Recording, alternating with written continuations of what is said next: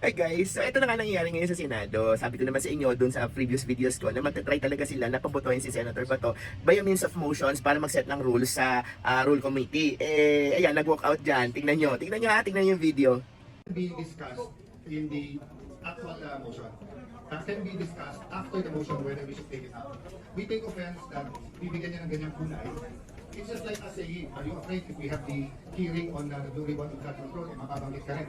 You cannot make that kind of statements here in the Senate because you assume good faith from everyone. That rule hindi na nila. May 11 pa ho yun. So Madam Chair, Nagsimula yung pagtatalo na yan. Oo, kasi ang usapin dyan is gustong baguhin ng majority yung rules doon sa yung participation online or virtual participation ng mga senador na wala doon sa parliament o hindi present. Kasi nga, di ba, yung dating rules doon is very limited. Kasi nga, limited siya sa force majeure lang. Ibig sabihin ng force majeure, yung mga katangi-tanging pagkakataon kung bakit wala siya doon. For example, may sakit, may cancer, nasa ospital, ganun. Yung mga ganun lang ang pinapayagan. Ngayon, gusto nilang baguhin yan. Pero hindi pa nila sinasabi kung anong gusto nilang ibago. Ang tinatanong pa lang dyan ni Senator Marcoleta, nag-motion pa lang siya na kung pwede baguhin. Kung baga-baga, sample lang ko kayo. For example, ako sa pamilya, ang dami na naming problema. Ngayon, magpapaalam pa lang ako sa kanila, o pwede ba akong umutang? O magbotohan tayo kung pwede akong umutang para masolusyonan yung problema natin. Yun pa lang yung sinasabi dyan nila Senator Marcoleta at saka Senator Cayetano. Nagpapaalam pa lang sila. Pero ang nangyayari kasi, nagmamarikulyo na kagad yung kabila. Panoorin natin yung video ha. Tingnan nyo yung pagsasalita dito ni Senator Pangilinan. Naku, talagang... Here, it was the manifestation of the presiding officer, the Madam Chairperson, that after Senator Lacson, I be allowed to speak, Mr. President. Are we now curtailing my right to speak, Mr. President? Madam Chair, We are not can I able to answer ask questions as to why we are amending the rules. We are not able to ask questions as to who they wish, Madam Chair, may I answer? who will benefit from the amendment to the rules. For the Is this kind rule, Mr. information President? of Is this the- rule, Mr. President, for I was Senator about to Bato, who is not recognize here? Senator We would Pangilinan. like to raise these valid questions, Mr. President, before we go into a vote, Mr. Madam Chair. President. Yes, These, Madam we Chair. should not be... How can the presiding officer recognize Senator Pangilinan? Nakita nyo, di ba? Nakita nyo kung paano umiit. Nako.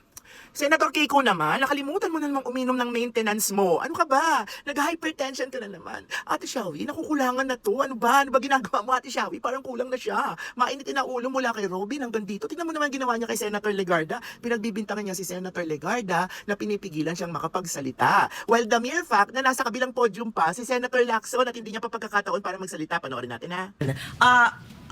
Please know that I would never curtail your right to speak. Just as in 2004, I believe you were seated.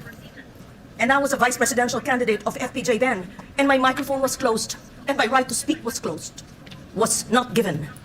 I remember that time now, and the word noted was So naging emotional na rin si Senator Legarda kung mapapansin nyo. So check natin given to me. That will not happen now. I will not do that to you. And I'm not curtailing your right to speak, Senator Pangilinan, except that you were speaking at the same time. And I was about to recognize you because Senator Lacson had the floor. Thank you, Madam President, for So the I just wanted to be clear on record because I If- recognize you're being emotional, but it will go on Senate record that the presiding officer was curtailing your right to speak.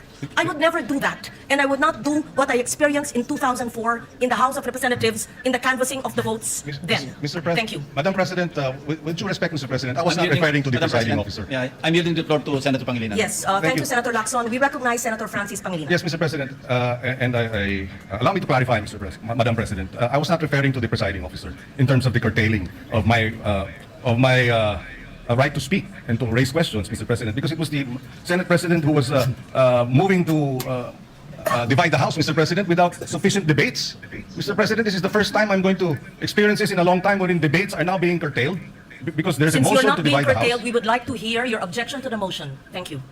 Mr. President, there are a lot of questions that have to be raised as to why this amendment to the rules is being undertaken at this time. President provides, Mr. President, that when we amend our rules, we do so by way of resolution. We do not have that resolution now. In fact, Mr. President, a total 48 amendments of our rules all went through resolutions. This is the first time after 48 amendments, Mr. President, that we do not have a resolution so that we can Point of vote order, Madam Chair. and amend the rules properly, Mr. Point President. of order. Last year, we launched the smallest 65-watt charger in the world. And this is what happened. Mr. President, I was earlier, it was the manifestation of the presiding officer, the Madam Chairperson, that after Senator Lacson, I be allowed to speak, Mr. President. Are we now curtailing my right to speak, Mr. President? Madam Chair, We are can not I able answer to ask questions as to why we are amending the rule About to recognize you because Senator without sufficient debates. Mr. President, this is the first time I'm going to Kasi ganito yan. Di ba nga, nagpapaalam pa lang naman, pero marikuryo talaga sila, no? Doon pa lang sa simula talaga, siguro nabanggit pa lang nila, pwede ba natin babuhin? Ganun pa lang sinabi ng mga, majority. Aba, yung minority talagang sobrang super oppose. Kaso nga lang, ang delikado dyan, pwede nga talagang mag-motion at pwedeng magbotohan pagdating dyan sa Senado. So kahit na umabsent sila, kahit present sila, magbobotohan pa rin kasi nga in favor of the motion. Kasi pag hindi pinayagan yung motion na yan, magkakaroon talaga ng something. So pero may dahilan talaga kung bakit talaga natural. Yung majority, gagawa na ng paraan yan sa mga ganyang bagay. Siyempre, payag tayo sa majority ha. Siyempre kasi pabor tayo sa majority, di ba? Hantayin natin ha. Tignan nyo, panoorin yung video. Masasabi yung dahilan ni Tulfo. Makita nyo ha. Actually, nagsalita din dyan si Senator Risa Hontiveros, pero never mind. Hey guys, dito kasi yung bandang punto na medyo pa-walk out na sila. Kasi may nasabi kasi si Senator Marcoleta na na-offend siguro sila. Pakinggan natin ha. Meaning to anything. Ito pong mahirap kasi kung wala po tayong legal background dito. Kaya sinasabi ko na nga po, hindi po bagong motion ito eh. Hindi siya bagong motion. Narinig nyo, nagkagulo kagad sila, di ba? Kasi ang sabi ni Senator Marcoleta, mind you guys ha, sinabi niya, without giving meaning to anything. Nagpanguna na siya. Tapos bago niya sinabing, without legal background. So parang nagpaumanhin siya bago niya sinabi yung dapat niya sabihin. But anyway, nagwala na sila, nag-point of order na. Panoorin natin. Sasabi ko lang po, May 11, minug ko na po ito. Madam Sino po President, magsasabi Madam na President, bagong motion? point of order. Ad hominem. Sinasabi ko lamang po, ang Hindi, sinasabi Madam ko lang, President. kanina ko po Naririnig niyo si Katulfo, nagwawala na dun sa kabilang mic. Ad hominem! sinasabi. Hindi po tama yun. Section Sasabihin, 100. yung kasama niya Pwede po ay ba- walang Session is kinalaman, suspended. walang alam sa batas. Session is resumed. Madam Chair. Yes, Senator Cayetano. I'm listening to the two senators and as I mentioned kanina na wag na tayong gumamit ng brasuhan, etc. And I see the point of Senator Risa, but I'm also listening to Senator Marcoleta. It's kumbaga sa libro, iba yung love language, but I don't think they're meant to be any offense. Having said that, we're only discussing whether we will take up the amendment or not. And we have exhausted already all the arguments. This is a simple motion, so I move that we divide the House. May I reiterate my motion. Then we can go into the merits and they can try to convince us whether or not we agree. So the motion is to take up the amendment to our rules. So narinig niyo kay Cayetano ha, ang gusto lang naman niya kung papayag ang Senado na amyendahan yung batas tungkol nga doon sa virtual participation, yung internet online participation. Tapos yung palang pinagbobotohan nila, nagmamarikuryo na yung kabila. Tingnan panoorin kung paano magulang si Ka Erwin. As proposed by Senator Marcoleta, the objection is that it is not in order because we did not follow our own rules. Madam Chair, Madam President, Before that, Madam President, yes, we recognize Senator Erwin Tulfo. Madam President, my question is, why is the majority in such a hurry to tackle this motion? This allowing a senator for justifiable reasons to attend and participate in the session through teleconference, whereas in Rule 14, Section 41, under B, it is convenient to hold the session through teleconference, video conference, or other reliable forms of remote or electronic means using appropriate information and communications technology system due to force majeure, Madam President, or the occurrence of a national emergency. So dalawa lang kasi yung paraan noon para magamit yung mga ganyang internet na yan, yung mga online conference na yan, via force majeure. Isa pang sample ng force majeure bukod doon sa pagkakasakit, kung nasa ospital ka or what, isa pa is yung bawa, pag may bagyo, pag may mga unos, tapos nandun ka sa malayo, di ka makauwi, so pwede ka mag-participate kasi nga pinapayagan yon under that rule. Isa pa yung national emergency, yung bawa, may kailangan tayong desisyonan kaagad dito. Kailangan nandito ka, hindi ako makapunta dyan, wala akong masakyan, ganyan-ganyan, gera dito. O yung gano'n, yung tipong gano'n, pwede nang magamit yon. Kaso nga, gustong amyendahan. O, kasi nga, di ba, may reason yan. Mamaya tackle natin, ha? I guess, Madam President, this justifiable reason. Pero teka sandali, medyo sasabihin kagad yan ni Katulpo eh. Parang sinabi niya na rin yung sasabihin ko eh. Check nyo. What is that? Does that fall under force majeure or does it fall under national emergency, Madam President?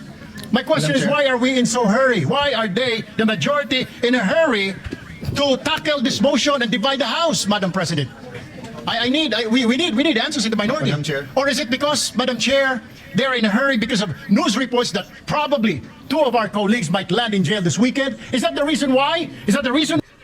O, di ba? O, narinig nyo na kung anong rason. O, possible naman yan, di ba? Ang daming makukulong sa kanila. Unang-una na, nagbabantang maipakulong si Senator Marcoleta. Meron na nga siyang flight, di ba? Flight risk order. Hindi na siya pinapayagan lumabas ng bansa. Sumunod si Jinggoy Estrada. Kaya nga, naku, pakinggan natin ulit ha. Why they have to have this inserted in Section 41C para makaboto po kung sino man yung makukulong dahil sa announcement ng ombudsman na may lalabas na po ang warrant ng ilan sa mga kasama natin, Madam President. That is my question, Madam Madam President. Chair, the gentleman Napakayabong naman ito ni Katulfo kapag ka-advantage nila, no? Palibasa, alam nilang malalagasan yung kabila. Pero kapag kayo advantage ng kabila, naturally, paglalaban nyo yung para sa kanila, di ba? is out of order because his question sa nagmamadali, bakit, can be discussed in the actual motion. Okay, guys, pansinin nyo dyan, habang nagsasalita si Cayetano, nagwo-walk out na yung ibang mga minority senator. Can be discussed after the motion whether we should take it up. We take offense that bibigyan niya ng ganyang kulay. It's just like us saying, are you afraid if we have the hearing on the Blue Ribbon on flood control, mababanggit ka rin? You do not make that kind of statements here in the Senate because you assume good faith from everyone. That rule hindi minadali. May 11 pa ho yun. So Madam Chair, I move that we divide the House. And the voting will be done via Viva Voce. Madam President, Minority Leader. I move to adjourn or a quorum call.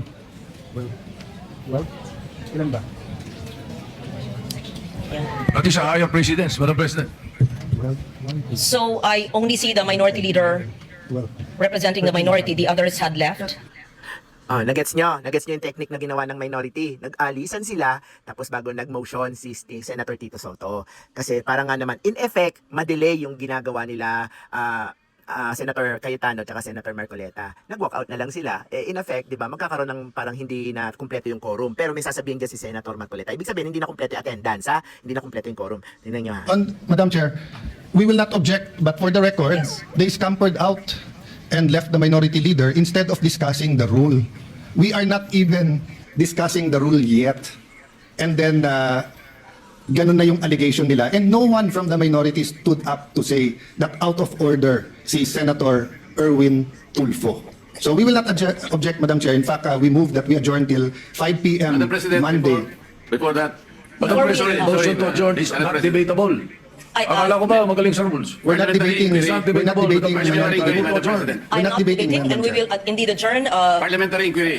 Yes, Senator Marcoleta. Nung pong nagsimula tayo, Madam, meron po ba tayong quorum? We had a quorum. Yes. Yes, Madam President. Kapag ka po ba nag-walk out ang minority, nawawala po yung quorum. Nagsimula po tayong may quorum. It doesn't matter if they walk out. Yes, I think we still have the quorum. Madam President, once that Actually, there's an actual rule dyan na kapag kahit na, bawa, nag-walk out, di ba?